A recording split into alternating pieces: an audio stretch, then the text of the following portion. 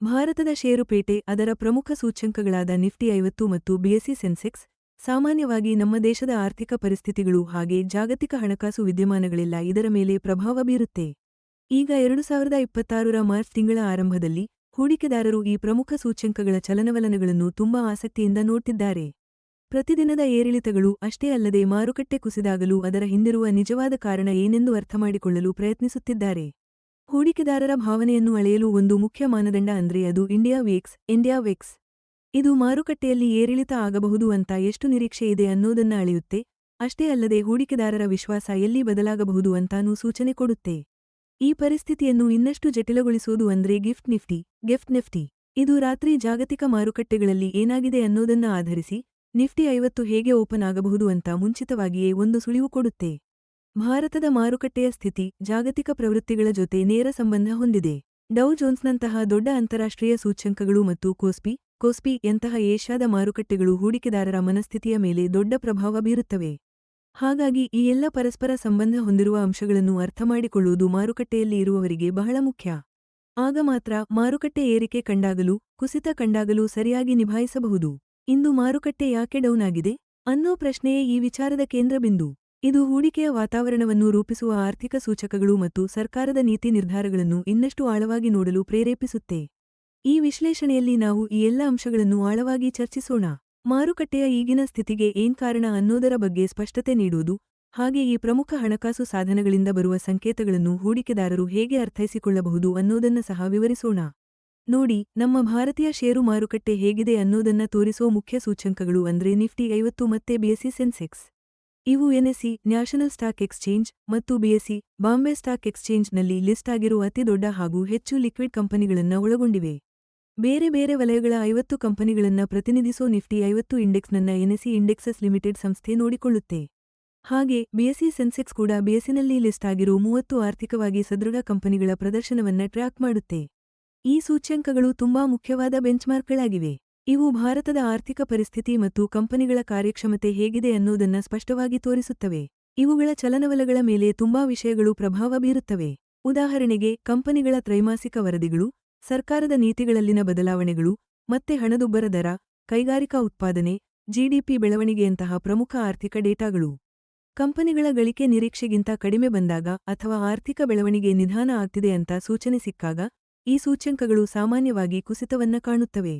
ಇದಕ್ಕೆ ವಿರುದ್ಧವಾಗಿ ಉತ್ತಮ ಗಳಿಕೆಗಳು ಮತ್ತು ಬಲವಾದ ಆರ್ಥಿಕ ಡೇಟಾಗಳು ಈ ಸೂಚ್ಯಂಕಗಳನ್ನ ಮೇಲೆತ್ತುತ್ತವೆ. ಪ್ರತಿದಿನದ ಏರಿಕೆ ಅಥವಾ ಇಳಿಕೆ ಏನೇ ಇರಲಿ, ಇವು ಭಾರತದ ಆರ್ಥಿಕತೆ ಮತ್ತು ಅದರಲ್ಲಿರೋ ಕಂಪನಿಗಳ ಭವಿಷ್ಯದ ಬಗ್ಗೆ ಮಾರುಕಟ್ಟೆ ಭಾಗವಹಿಸುವವರು ಏನ್ ಯೋಚನೆ ಮಾಡ್ತಾರೆ ಅನ್ನೋದನ್ನ ತೋರಿಸುತ್ತೆ. ಹೀಗಾಗಿ ಹೂಡಿಕೆ ಅವಕಾಶಗಳು ಮತ್ತು ಮಾರುಕಟ್ಟೆ ಯಾವ ದಿಕ್ಕಿನಲ್ಲಿ ಹೋಗ್ತಾ ಇದೆ ಅನ್ನೋದನ್ನ ತಿಳ್ಕೊಳ್ಳೋಕೆ ನಿಫ್ಟಿ 50 ಮತ್ತು ಸೆನ್ಸೆಕ್ಸ್ ತುಂಬಾ ಪ್ರಮುಖ ಸಾಧನಗಳಾಗಿವೆ. ಖಂಡಿತ ಈ ಕೆಳಗಿದೆ ನೋಡಿ. ಜಾಗತಿಕ ಮಾರುಕಟ್ಟೆಗಳು ಭಾರತದ ಷೇರು ಮಾರುಕಟ್ಟೆ ಗತಿ ಹೇಗಿರುತ್ತೆ ಅನ್ನೋದನ್ನ ನಿರ್ಧರಿಸುತ್ತವೆ ಅನ್ನಬಹುದು. ಅಮೆರಿಕಾದ ಡೌ ಜೋನ್ಸ್ ಇಂಡಸ್ಟ್ರಿಯಲ್ ಆವರೇಜ್ ಮತ್ತು ದಕ್ಷಿಣ ಕೊರಿಯಾದ ಕೋಸ್ಪಿ ಇಂಡೆಕ್ಸ್ನಂತಹ ಪ್ರಮುಖ ಅಂತಾರಾಷ್ಟ್ರೀಯ ಸೂಚ್ಯಂಕಗಳು ಜಗತ್ತಿನಾದ್ಯಂತ ನಡೆಯೋ ವ್ಯಾಪಾರ ವಹಿವಾಟಿಗೆ ದಿಕ್ಸೂಚಿಯಾಗಿ ಕೆಲಸ ಮಾಡ್ತಾವೆ. ಅಮೆರಿಕಾದ ಫೆಡರಲ್ ರಿಸರ್ವ್ ಬಡ್ಡಿ ದರಗಳ ಬಗ್ಗೆ ತೆಗೆದುಕೊಳ್ಳುವ ನಿರ್ಧಾರಗಳು ಇಲ್ಲ ಅಂತಾರಾಷ್ಟ್ರೀಯ ವ್ಯಾಪಾರದ ಮೇಲೆ ಪರಿಣಾಮ ಬೀರೋ ಭೂರಾಜಕೀಯ ಬೆಳವಣಿಗೆಗಳಂತಹ ಈ ದೊಡ್ಡ ಆರ್ಥಿಕ ದೇಶಗಳಿಂದ ಬರೋ ಸುದ್ದಿ ಮತ್ತೆ ಆರ್ಥಿಕ ದತ್ತಾಂಶಗಳು ಭಾರತದವರೆಗೂ ತಲುಪೋ ಒಂದು ದೊಡ್ಡ ಅಲೆನ ಸೃಷ್ಟಿಸ್ತವೆ. ರಾತ್ರೋರಾತ್ರಿ ನಡೆಯೋ ಈ ಜಾಗತಿಕ ವಿದ್ಯಮಾನಗಳನ್ನ ಟ್ರ್ಯಾಕ್ ಮಾಡೋಕೆ ಗಿಫ್ಟ್ ನಿಫ್ಟಿ ಅನ್ನೋದು ಒಂದು ಅತಿ ಮುಖ್ಯವಾದ ಟೂಲ್. ನಮ್ಮ ಭಾರತದ ಗುಜರಾತ್ನಲ್ಲಿರೋ ಎನ್ಎಸ್ಇ ಇಂಟರ್ನ್ಯಾಷನಲ್ ಎಕ್ಸ್ಚೇಂಜ್ ಎನ್ಎಸ್ಇಐಎಕ್ಸ್ ನಿಂದ ಕಾರ್ಯನಿರ್ವಹಿಸೋ ಈ ಗಿಫ್ಟ್ ನಿಫ್ಟಿ ಕಾಂಟ್ರಾಕ್ಟ್ಗಳು ನಮ್ಮ ನಿಫ್ಟಿ 50ರ ದರ ಏರಿಳಿತಗಳನ್ನೇ ತೋರಿಸ್ತವೆ.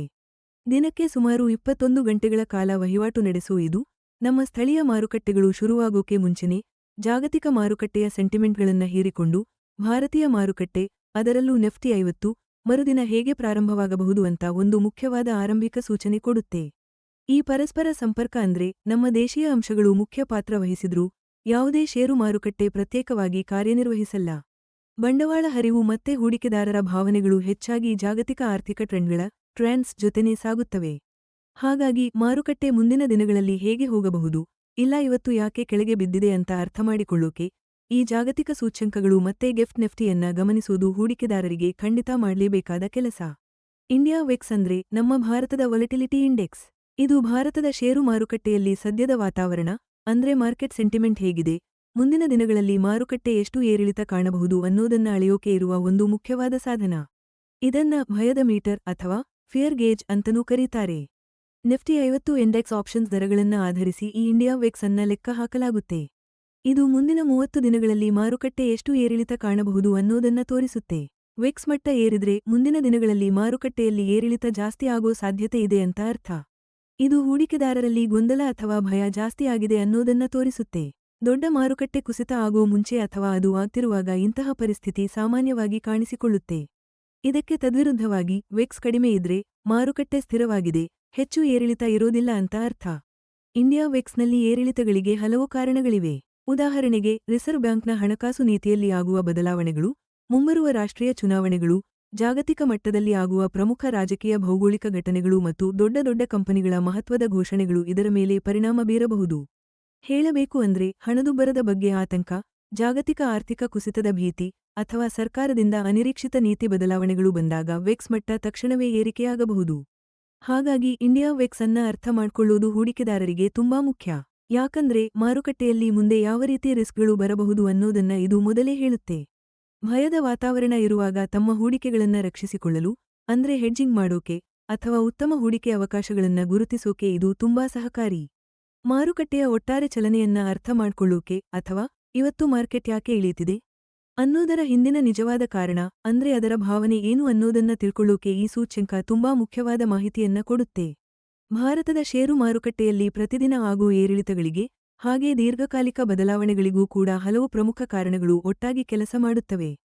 RBI, reserve bank of India ಯಂತಹ ಸಂಸ್ಥೆಗಳು ಬಿಡುಗಡೆ ಮಾಡುವ ಹಣದುಬ್ಬರ, ಇನ್ಫ್ಲೇಷನ್, ಬಡ್ಡಿದರಗಳು, ಇಂಟ್ರೆಸ್ಟ್ ರೇಟ್ಸ್ ಮತ್ತು ಉದ್ಯೋಗದ ಎಂಪ್ಲಾಯ್ಮೆಂಟ್ ಮಾಹಿತಿ ಹೀಗೆ ಹಲವು ಆರ್ಥಿಕ ಸೂಚಕಗಳು ನಿರ್ಣಾಯಕ ಪಾತ್ರ ವಹಿಸುತ್ತವೆ. ಕೇಂದ್ರ ಬ್ಯಾಂಕ್ ಅಂದ್ರೆ ನಮ್ಮ ಆರ್ಬಿಐ ಹಣದುಬ್ಬರ ನಿಯಂತ್ರಿಸೋಕೆ ಬಡ್ಡಿದರಗಳನ್ನು ಜಾಸ್ತಿ ಮಾಡೋ ತರಹ ಕಠಿಣ ನಿಲುವು ತೆಗೆದುಕೊಂಡ್ರೆ ಕಂಪನಿಗಳ ಲಾಭ ಮತ್ತು ಹೂಡಿಕೆದಾರರ ಆಸಕ್ತಿ ಕುಸಿಯೋ ಸಾಧ್ಯತೆ ಇರುತ್ತೆ.